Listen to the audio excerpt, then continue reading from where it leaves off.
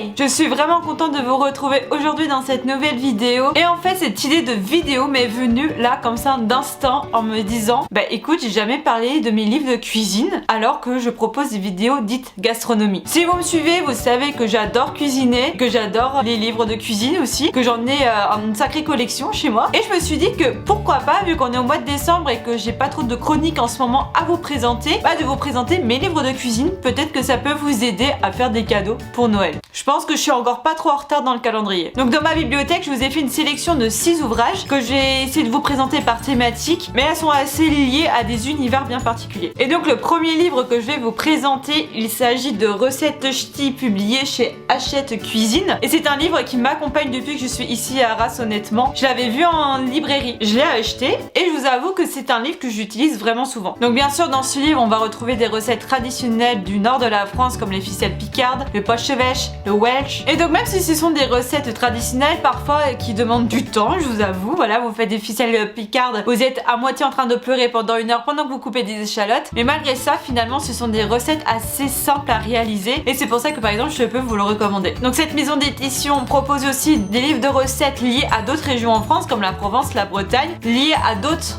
régions du monde, comme le Japon, le Vietnam, l'Amérique du Sud, la cuisine créole, etc. Et vous avez aussi dans ces maisons d'édition des livres un peu plus spécialisés pour ceux qui ont des régimes particuliers, comme ceux qui ont des régimes sans gluten, sans lactose, etc. Et vous avez aussi des livres un peu plus par thématique, comme pour étudiants, apéros, les bocaux, les pizzas, les pâtes, etc. Oui, je suis en train de lire les 2 pages qui sont présentes à la fin de mon livre. Donc vous l'aurez compris, c'est un livre que j'apprécie beaucoup. Les ingrédients en général sont assez faciles à trouver. Quand on les a pas, on peut facilement les remplacer par d'autres. Par exemple les pommes de terre du Touquet, j'en ai encore pas trouvé, mais voilà, on peut les remplacer dans les recettes par des petites grenailles. La recette reste la même si c'est pas des patates du Touquet. Elles sont simples à réaliser. Honnêtement, si vous choisissez des livres dans cette collection là plutôt, vous avez des recettes traditionnelles qui parlent à tout le monde et en même temps d'autres qui sont pas très connues. On vous propose vraiment du fait maison. Donc par exemple on va vous proposer des recettes de crêpes, de pâte à briser qui peuvent vous servir dans notre recette. Et honnêtement c'est vraiment un livre que j'utilise beaucoup au quotidien et que je peux recommander. Par exemple vous voulez offrir un livre à quelqu'un qui aime la Provence et qui est un peu débutant en cuisine, franchement c'est un livre qui peut très bien lui convenir. Alors le deuxième livre que j'ai à vous présenter s'intitule L'atelier de Roxane, recettes en famille, publié chez Solar Édition. Alors ce livre là je l'ai pas acheté, on me l'a offert cet été et d'ailleurs si vous passez par là les archives là, petite dédicace. Alors je l'ai encore pas trop testé ce livre, je vous avoue, parce que j'en ai encore pas eu le temps, mais il me semble assez idéal quand on débute en pâtisserie et quand on veut faire des recettes en famille du coup, parce qu'il y a beaucoup de gâteaux qui peuvent être proposés. Et en fait si je vous le présente, je trouve il est idéal aussi pour les personnes qui ont envie de faire du fait maison. Alors attendez, je vous cherche un exemple là. Par exemple, on va vous proposer des recettes d'Oreo, des recettes de danettes, des recettes de pâte à tartiner maison. Et honnêtement je trouve ça assez intéressant finalement d'essayer de faire goûter autre chose à ses enfants si vous en avez, ou si vous adorez ces gâteaux mais que vous voulez rechercher un truc un peu moins industriel avec plein de produits suspects dedans. Voilà, je trouve que c'est un livre qui peut être très bien. Personnellement je pense qu'en 2022 je vais beaucoup tester ce livre parce que j'ai vraiment hâte de le tester en fait, et vous savez que je suis un peu gourmande sur les bords. Et bien sûr vous retrouvez aussi d'autres gâteaux assez traditionnels comme la tarte amandine, la tarte aux pommes, etc. Les 2 prochains livres que je vais vous présenter m'ont été offerts par une amie, donc elle va se reconnaître, donc Marie, les petites dédicaces. Et donc si vous avez des fans d'Astérix et qui aiment cuisiner, je peux vous recommander ce livre. Donc qui s'appelle Les banquets d'Astérix, publié chez Hachette Heroes. Et honnêtement c'est aussi un livre que j'utilise beaucoup, mais pas pour toutes les recettes. Je m'explique. Alors dans ce livre, franchement, faut pas être tout seul parce que vous avez vraiment beaucoup de recettes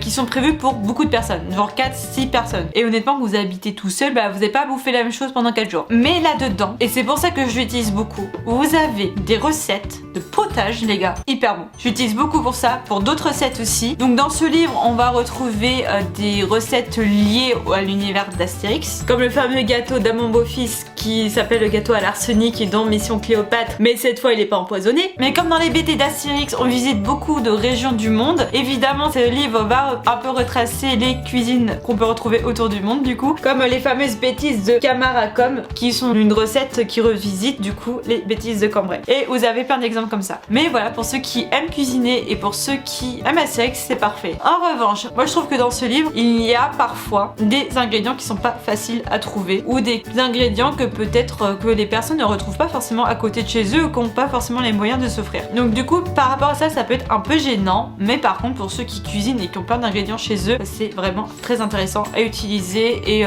voilà, l'univers est respecté. C'est vraiment un livre que je recommande. Pour les fans de Disney, cette fois il y a les recettes enchantées publiées aussi chez Hachette Heroes, que moi personnellement j'utilise aussi, et par contre elles sont beaucoup plus simples à réaliser et les ingrédients sont faciles à trouver par rapport à ce que je viens de vous dire pour Astérix. Donc là-dessus pas de soucis. Et ce livre, honnêtement, moi étant une grande fan de Disney, je peux vous le dire, il est parfait pour les fans de Disney. Je m'explique, chaque recette a une référence dans un dessin animé. C'est-à-dire, soit on va reproduire des recettes que l'on peut retrouver dans les dessins animés, comme la crème de la crème à la Edgar. Vous avez aussi la fameuse ratatouille qu'on retrouve dans le film Ratatouille. Mais par exemple, vous avez aussi des références comme le fameux croissant dans le Beau Cid de Notre-Dame. C'est pas des croissants qu'on va manger, mais il y a une référence au croissant dans ce dessin animé et vous allez avoir une recette de croissant. Donc là pareil, ce livre est agréable à utiliser et pourra satisfaire les fans de Disney qui aiment cuisiner, et même s'ils aiment pas trop cuisiner à la base, je pense qu'il y a forcément des recettes qui peuvent leur plaire, forcément. Le prochain livre que j'ai à vous présenter me suit depuis pas mal d'années et je crois que c'est vraiment le premier livre de recettes que je me suis offert. Je crois que j'étais à Metz à l'époque, donc ça remonte à quelques années. Ça remonte à 5 ans je crois, si je me trompe pas. Il s'agit de la cuisine des sorciers et je trouve magique ce livre. Alors là vous avez plusieurs thèmes, vous avez des cocktails, c'est une tuerie. Vous avez des desserts qui sont des tueries. Vous avez des plats à partager avec plusieurs personnes, vous avez des petites entrées, des trucs pour l'apéritif, tout ça, c'est incroyable. C'est lié à plusieurs univers avec des sorciers comme par exemple la Reine des Neiges, le Pays des Merveilles, le Roi Lion, le monde de Narnia, Nanny McPhee, Mélusine, au monde de Camelot avec Merlin. Vous avez Harry Potter, je crois que c'est dans ce livre qu'il y a la recette de bière babeur, la bière au beurre, voilà la fameuse Harry Potter par exemple, voilà, il vous en propose une recette et honnêtement moi je trouve que c'est juste incroyable quand on aime les univers un peu fantastiques et en un livre retrouver plusieurs univers de nos sagas préférées et de nos contes préférés et de nos légendes préférées avec des recettes qui sont assez faciles à faire. Dans les cocktails par contre ça va être un peu plus compliqué par exemple parce que vous avez souvent des ingrédients qu'on retrouve pas partout, mais pour un usage au quotidien honnêtement il est super, vous trouvez votre bonheur dedans. Et en plus même pour le prochain livre que je vais vous présenter, il y a vraiment un effort narratif qui est vraiment réalisé, c'est à dire que dans la rédaction des recettes c'est pas fait de manière traditionnelle. Je vais vous en lire un extrait et souvent vous avez aussi une petite introduction aux recettes. Par exemple là j'ai une recette de tartine, je vous en dirai pas plus, qui est liée à l'univers de Nanny McPhee. Vous avez une petite introduction qui peut être lorsque les enfants Brown eurent admis que leur vie était plus douce en écoutant Nanny McPhee, elle leur fit servir cette tartine dont ils se régalent. Donc voilà, vous avez un peu une introduction à la recette et ensuite dans la rédaction, par exemple je vais vous lire la première chose à faire qui est demander à Madame Blasserway qui est d'éplucher les poires et les couper en petits dés exactement 1,1 cm de côté. On fait intervenir des personnages, par exemple pour éviter de dire faites chauffer dans une casserole, on va dire faites chauffer dans votre marmite. Enfin voilà, il y a un petit effort d'un narratif qui est franchement pas désagréable quand on a un livre comme ça en plus sublime, hein, la couverture est sublime sur l'univers des sorciers. Honnêtement c'est un livre que je peux recommander à 100%. Et donc par la même autrice, c'est toujours publié dans les mêmes éditions et il y a la pâtisserie des sorciers, donc cette fois c'est vraiment spécial dessert. Alors malheureusement j'ai encore pas eu trop l'occasion de le tester, mais là pareil vous retrouvez plusieurs univers. Alors cette fois je crois qu'il y a Shrek qu'il n'y a pas dans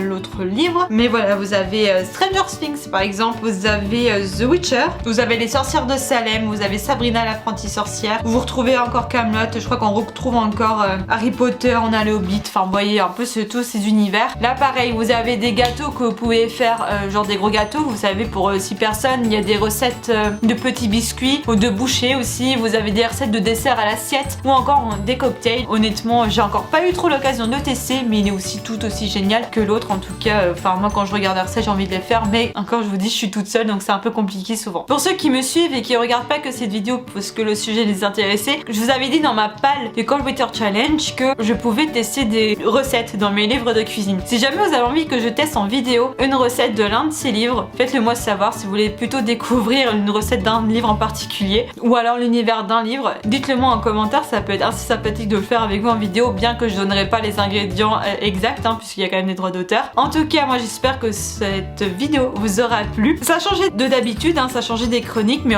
d'un côté je me suis dit mais c'est intéressant à faire puisque la cuisine fait aussi partie de ma vie. Donc pour la vidéo de la semaine prochaine, honnêtement je sais pas qu'est-ce que ce sera, si ça sera un vlog ou du mois de décembre pour le Cold Winter Challenge ou si ça sera complètement autre chose. Et en tout cas moi je vous dis à la prochaine dans une nouvelle vidéo et vraiment force à vous si vous avez des partiels et bonne lecture si vous faites le Cold Winter Challenge ou bonne lecture tout court. Tchuss!